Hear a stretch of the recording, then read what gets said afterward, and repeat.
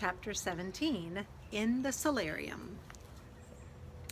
Marvin slept late the next morning, exhausted from the events of the last few days. When he finally awoke, his mother was at his bedside, smiling.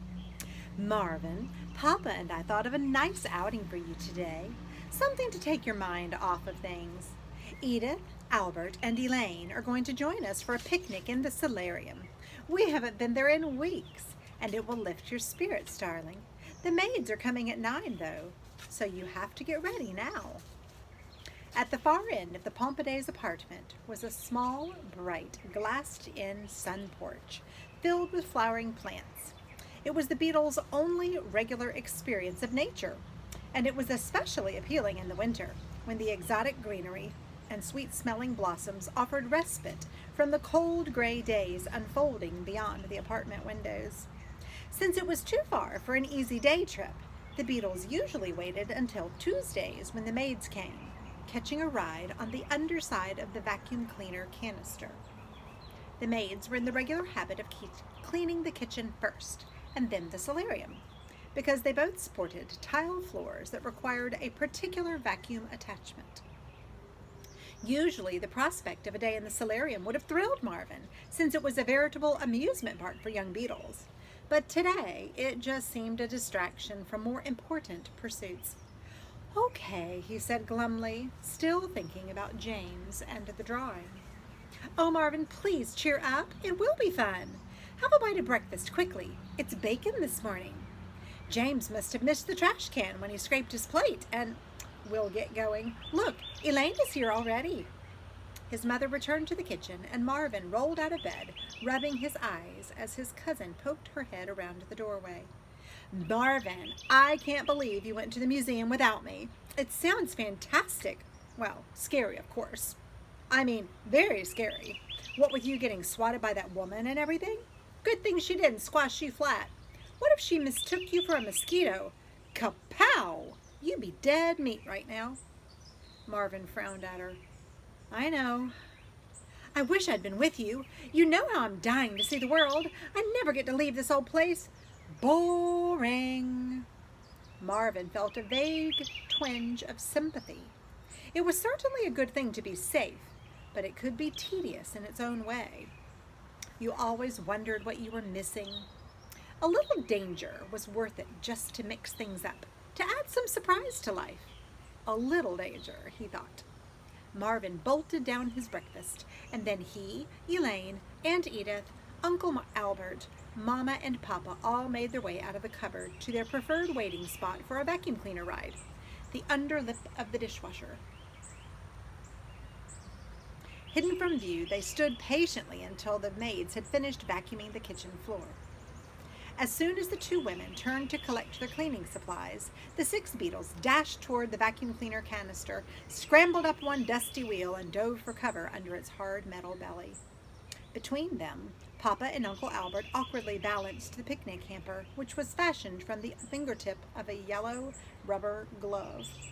It was bulging with food, tied shut with a bit of twine. One of the maids gave the vacuum cleaner a tug, and it scooted easily across the kitchen floor, through the hallway, and across the living room rug to the solarium. There, she paused to unlatch the French doors, then dragged the canister over the door saddle and bumped it onto the terracotta tile. This was the roughest part of the journey, and inevitably one of the Beatles nearly fell off.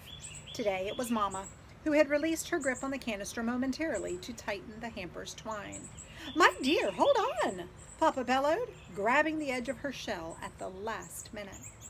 And so they all made it safely to the solarium. They dropped off the canister and hid beneath it until they were sure the maids were distracted, and then darted across the floor. It was always a challenge to keep the picnic hamper out of sight during this part of the trip. Even though it was tiny by human standards, its bright yellow color attracted attention. Quickly, Mama and Aunt Edith led the way up the leg of one of the plant stands, a staggering series of shelves framed in ornate wrought iron scrollwork laden with flowering plants. As soon as they reached the top, Elaine scurried off, pulling Marvin with her. "We're going exploring," she yelled. "Meet us in the herb garden for lunch," Mama called after them. "We'll have a nice oregano salad with our picnic. Around noon, okay?"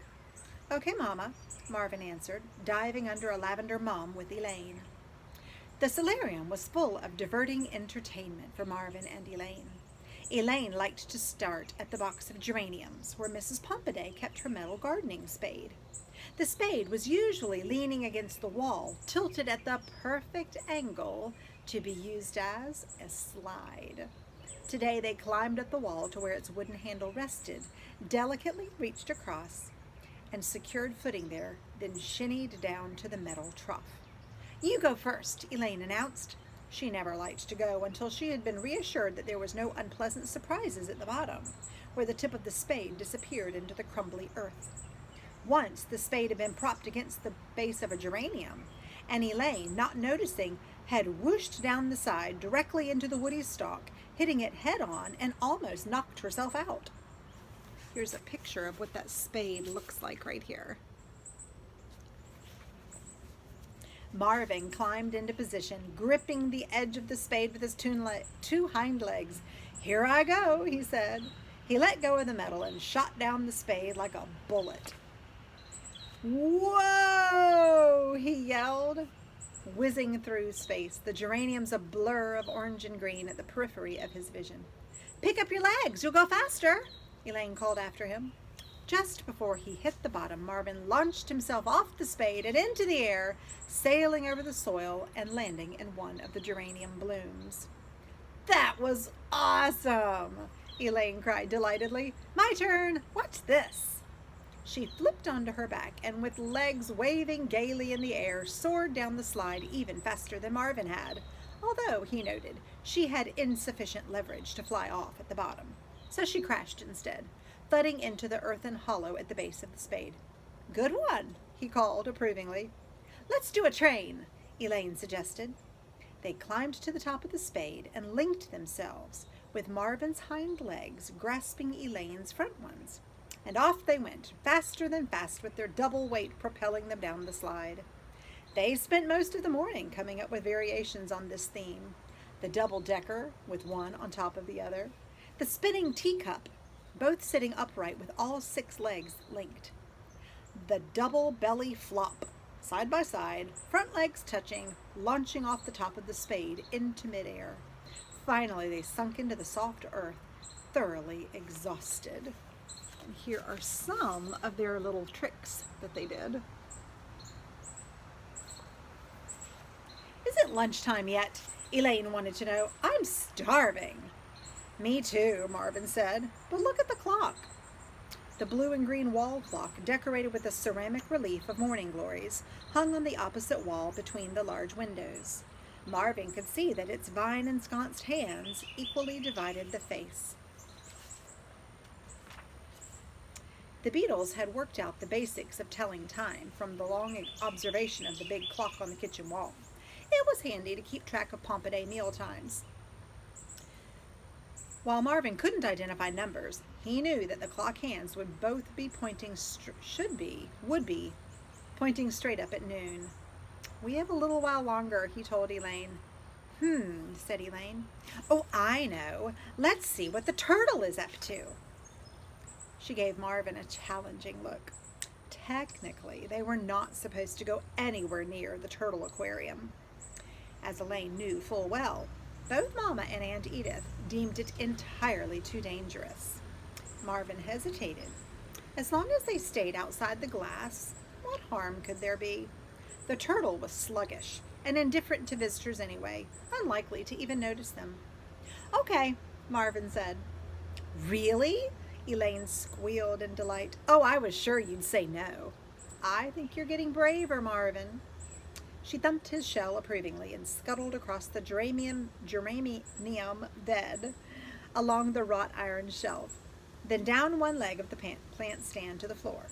Marvin followed her, glancing around to make sure the maids were gone. It never took them long to clean the solarium, but they always left the French doors open for a while to air the room out. Mrs. Pompaday would close them in the evening when the Beatles had long since returned home.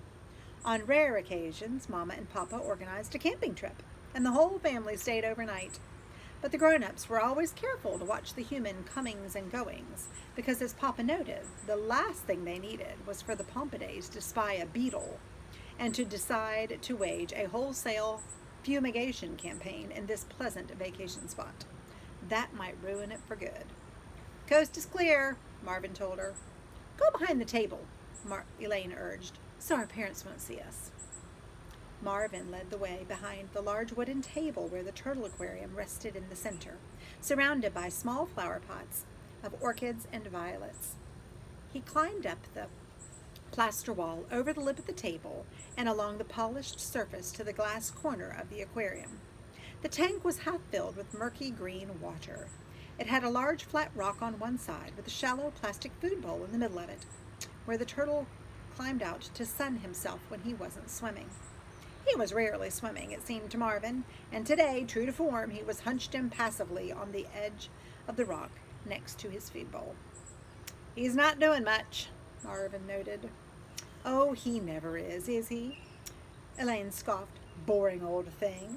She climbed a few inches up the side of the glass. Let's see if we can get his attention. Elaine, Marvin said, worried. Oh, I don't think you should do that. Oh, come on, it's perfectly safe. I'm on the outside. I know, but we're not even supposed to be over here. Marvin peered in either direction nervously. If one of the grown-ups saw Elaine climbing the side of the aquarium, there would certainly be a to-do. Are you coming? Elaine asked impatiently. Marvin sighed. Reluctantly, he climbed a couple of inches up the glass. It was slippery and cool underfoot.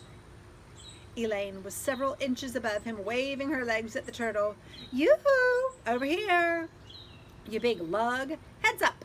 Look sharp! The turtle didn't budge. Oh, honestly, he is as blind as a bat. Elaine crawled toward the top edge of the aquarium. Elaine, don't! Marvin protested. You're too close. You'll fall in. No, I won't, Elaine retorted. Besides, it wouldn't matter if I did. That turtle is so old and too tired. He's too dumb to care. Marvin climbed a little farther. As he was approaching the middle of the wall, he saw a flash of something.